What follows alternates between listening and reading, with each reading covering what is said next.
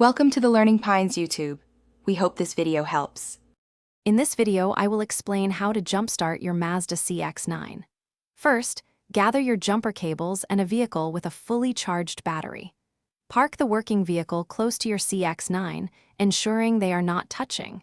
Turn off both vehicles and engage their parking brakes for safety. Locate your Mazda CX-9 battery, typically found under the hood, and prepare for the next steps. Now, let's connect the jumper cables correctly. Take one red positive cable clamp and attach it firmly to the positive terminal of your Mazda CX-9 dead battery. Then, connect the other end of that same red cable to the positive terminal of the good battery. Next, attach one black negative cable clamp to the negative terminal of the good battery.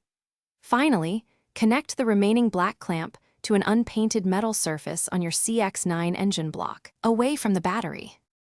With the cables securely connected, it's time to start the process. Begin by starting the engine of the working vehicle. Let it run for about 5 minutes to allow the good battery to transfer some charge to your Mazda CX-9 dead battery. After this brief waiting period, try to start your Mazda CX-9. If it doesn't start immediately, wait another 2 or 3 minutes before attempting to start it again. Remember not to crank the engine for more than 10 seconds at once. Once your Mazda CX-9 has successfully started, it's crucial to disconnect the cables safely. First, remove the black negative cable from your CX-9 engine block. Then, disconnect the other end of the black negative cable from the working vehicle's battery.